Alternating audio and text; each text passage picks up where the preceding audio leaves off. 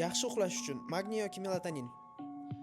Agar umuman uyqusi yo'q bo'lgan insonlarga ikkalasini baravar ish ham tavsiya qilinadi. Melatonin va magniy. Uyqusi tarqoq bo'lgan, bir kun yaxshi uxlab, bir kun yaxshi uxlamaydiganligi bo'lsa, doimiy magniyni ichish tavsiya qilinadi. Kechki choy yoki issiq sut? Uxlashdan oldin umuman hech qanaqa ichimlik ichish kerak emas.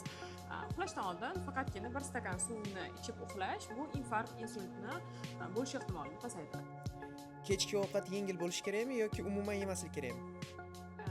Asosiysi oxirgi ovqatlanish bilan uyquni orasi 3 soatdan yaqin bo'lmasa bo'ldi. Kechki ovqatni qabul qilsa bo'ladi.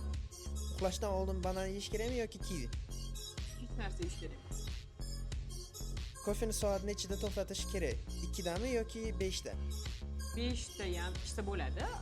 Ovqat hazm bo'lgandan keyin 20 minut, yarim soat o'tgandan keyin ichish mumkin. Asosiysi kuniga 2 krujkadan oshirib olmasa bo'ladi.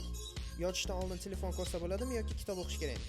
Umuman telefon, televizor mumkin emas va chiroq yoqilgan holatda kitob o'qilsa ham, mana shunda ham uyqu gormoni ishlab chiqarilmaydi. Uyqu gormoni qorong'ida ishlab chiqariladi. Shuning uchun hamma svetlarni ham o'chirib, kitobni ham o'qimasdan uyquga tayyorlanib, ayniqsa kontrast dush qilib uxlaydigan bo'lsa, sifatli zo'r uyqu bo'ladi.